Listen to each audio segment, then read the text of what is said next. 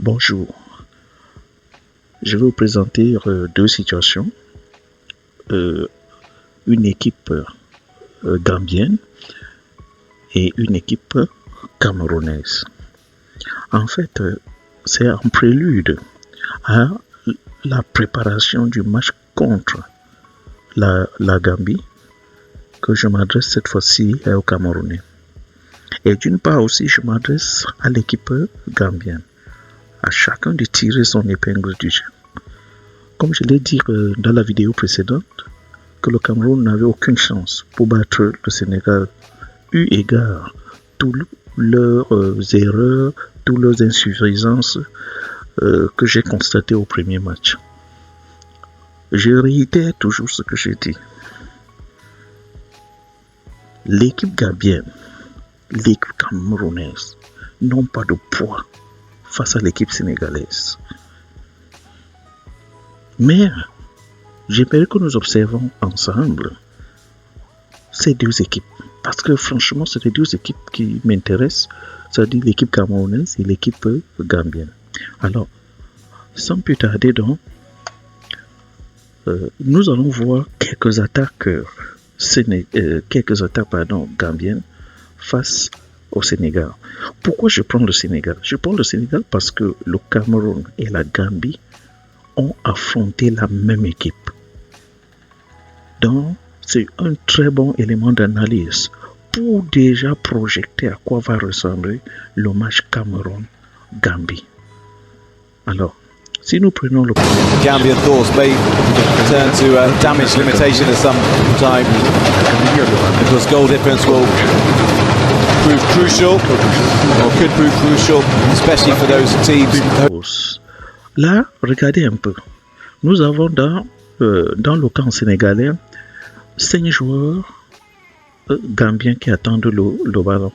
Donc je dis, c'est juste une contre-offensive. Mais nous nous rendons compte qu'au lieu que les joueurs essayent de casser la défense sénégalaise, ils préfèrent reculer avec le ballon. Nous avons vu ce système de jeu lors du Cameroun-Guinée. Ou bien lors du Cameroun-Sénégal. Donc en fait, c'est la même approche. Hoping to go through as one of the best third place sides of the tournament.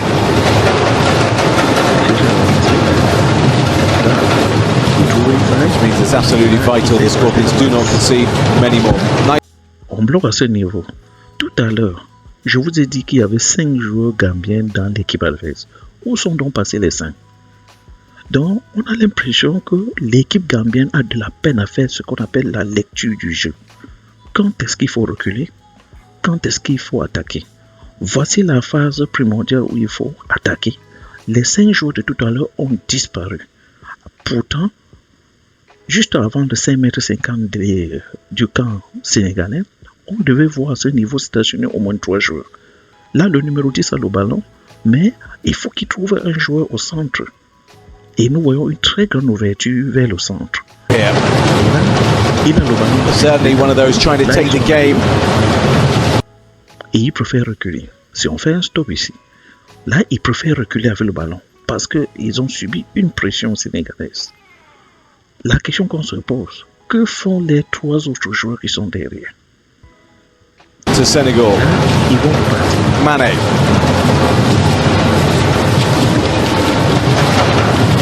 Swung in so weak and he can't get the wrong side.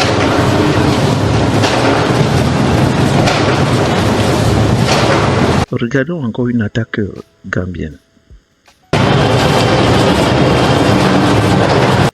Là, à ce niveau, vous avez 5 joueurs sénégalais qui sont libres et attendent le ballon. Pendant que nous avons 3 joueurs gambiens entrelacés entre eux là-bas, côte à côte à moins de 5 mètres.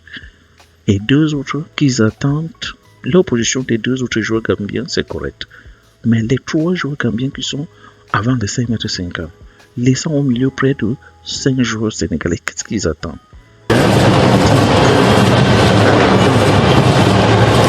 Cette fois-ci donc, nous allons voir une contre-attaque gambienne.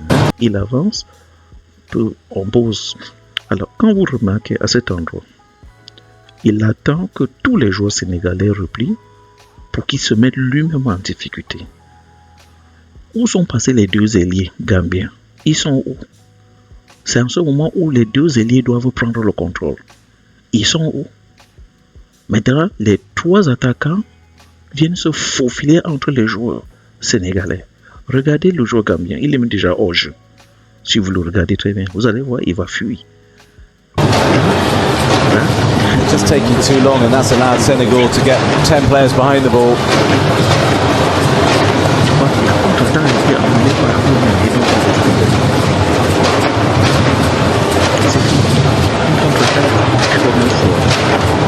Ce n'est pas ça le football moderne. On ne peut pas aller à la Coupe du Monde avec ce système de jeu, c'est impossible. Nous allons voir quelques petites attaques camerounaises. On ne va pas tellement s'attarder sur le cas du Cameroun parce qu'on en a déjà parlé dans nos vidéos fatiguées. Ceux qui veulent vraiment comprendre ce problème de l'équipe camerounaise n'ont qu'à rentrer dans d'autres vidéos. Alors, si nous entrons voir une attaque camerounaise, regardez.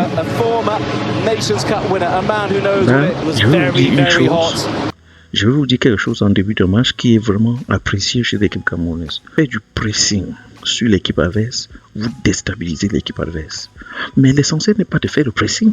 La question c'est, est-ce que vous êtes habitué à faire le pressing et de supporter le contre? Parce que les Lions que vous voyez n'ont pas l'habitude de jouer ce genre de jeu dont ils viennent de démarrer. Parce que ce qu'ils ont fait en début de match, c'est merveilleux, c'est fantastique. C'est comme ça que l'équipe camerounaise doit être. Un jeu offensif qui permet de contrôler l'équipe. Et pour cela, il faut s'entraîner pour longtemps pour ne pas encaisser en retour. Parce que faire un jeu offensif veut dire on vide une bonne partie de l'équipe défensive pour l'envoyer vers l'avant. Et la question c'est, en cas de contre-attaque, qu'est-ce que nous faisons? Mais la question c'est, est-ce qu'il y a vraiment les finisseurs dans cette équipe? Qui est chargé de marquer? Qui sont les finisseurs? Parce qu'on a l'impression que ce soit l'équipe guinéenne, que ce soit l'équipe gambienne ou camerounaise, beaucoup jouent juste pour jouer. Il n'y a pas de professionnels capables de marquer face au gardien, capables de marquer quand il faut. The tempo was very slow against the Gambia. Regardez très bien, il a pris le ballon. Tout le monde est à son poste. Regardez les joueurs camerounais. On a 1, 2, 3, 4, 5 qui sont en train de courir vers les 5,50 m sénégalais. Là, c'est parfait. En amateur, ils piétinent d'abord sur place. C'est des joueurs qui n'ont pas fait de haute compétition. Parce que si vous voyez, regardez comment ils perdent le ballon. Mais qui est donc le finisseur dans cette équipe? Là, il a fait un très beau débordement. Là, regardez, il piétine sur place. Et quand il piétine sur place, il perd le ballon. Et sans ce moment, il se tourne pour regarder. Et quand il se tourne pour regarder, c'est là qu'il se rend compte qu'il y a 4 joueurs camerounais dans les 5,50 m qui attendaient. Alors qu'il avait même 2 possibilités. Il aurait dû faire même un crochet arrière. Le gars aurait glissé et parti. On joue avec l'intelligence, monsieur le numéro 11 camerounais. Lorsqu'on est attaquant, je m'adresse à vous, le 11 camerounais.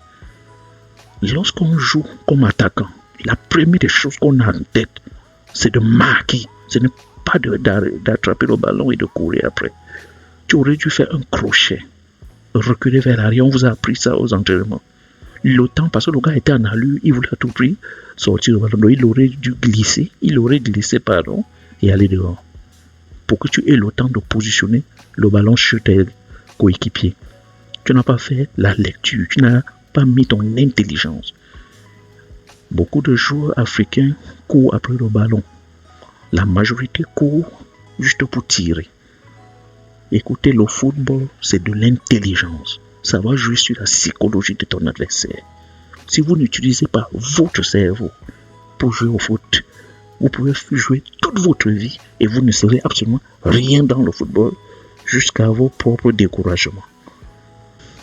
J'aimerais qu'on voit encore une petite attaque camerounaise. Là, vous voyez comment les Lions ont inondé l'équipe sénégalaise. Ça, c'est merveilleux.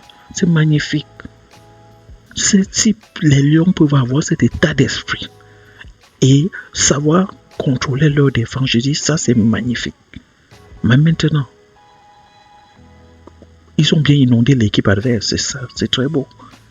Mais quel est donc le résultat final?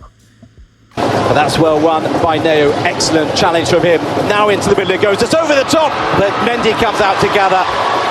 Lorsque vous regardez ce monsieur qui vient de tomber, un joueur professionnel ne rate jamais ce genre de but.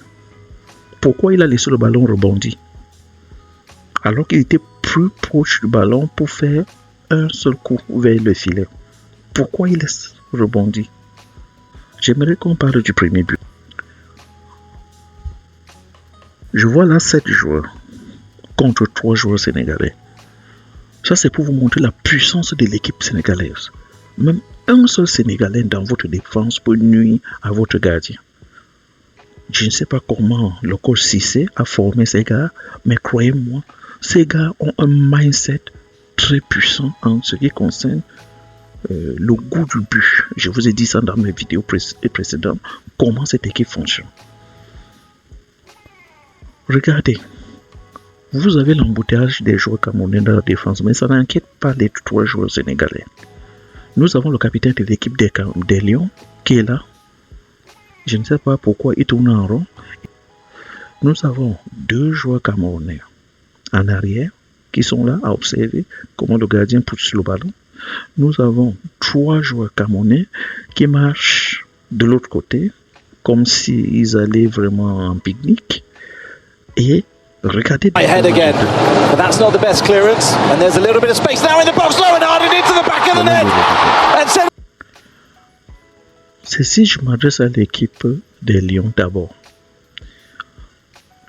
Tout est encore jouable avec vous. Tout est encore jouable. Pour le match contre la Gambie, je vous conseille de maintenir le même classement et le même timing. Mais, je dis bien mais, vous devez avoir les buteurs. Je dis vous devez avoir les buteurs. Un jeu offensif a toujours payé. Et réfléchissez plutôt comment vous devez contrecarrer la contre-offensive. Et qui est le buteur dans le camp camerounais? Qui est chargé de marquer comme les Roger Mila à l'époque? Qui? Vous n'avez aucun buteur, cher Camerounais. Vous n'avez aucun buteur. Chacun joue au hasard. Chacun tête le ballon, comme le numéro 11, qui a perdu presque 2 buts. Tété au hasard, tiré au hasard. Sans compter le capitaine de l'équipe, qui n'arrive pas à contrôler le ballon. Chaque joueur prend le ballon, tourne en rond comme la toupie, ne sait pas s'il avance ou s'il recule. Mais chers joueurs camerounais, changez cette mentalité. On n'est plus dans les années 80. Le football a évolué. Vous ne pouvez pas prendre le ballon, vous faites le contrôle sur vous-même. Vous tournez en rond. On a dit, si vous voulez appliquer un jeu offensif, vous devez avoir le style de dribble. On a l'impression que les joueurs camerounais ne savent pas dribbler. Ni contrôler plusieurs joueurs adverses. Lorsque un joueur camerounais prend le ballon, on sent en lui la crainte. Il y a une crainte. Ils sont obligés de renvoyer la passe toujours vers l'arrière. Le gardien est obligé de s'avancer à chaque fois pour pousser le ballon vers l'avant. Et ces joueurs prennent encore le ballon, ramènent vers l'arrière. Ben mon Dieu, c'est ridicule ça. On ne joue plus ce genre de jeu.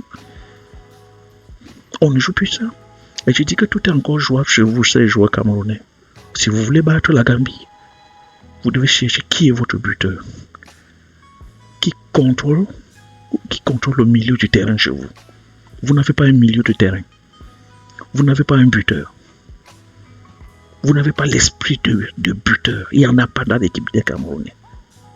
Et un bon attaquant doit marquer.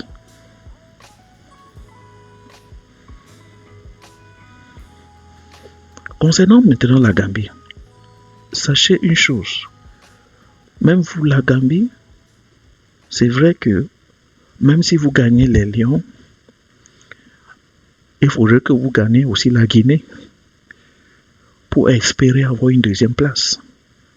Mais si vous perdez le match contre la Guinée, même en gagnant le Cameroun, ça ne vous servira à rien. Donc, toi, Camerounais, tu es encore dans le match.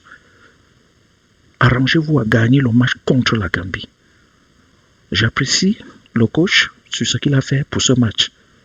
Il a développé en vous ce qu'on appelle l'esprit offensif. Mais vous avez la malchance, vous n'avez pas de buteur et vous n'avez pas un milieu de terrain.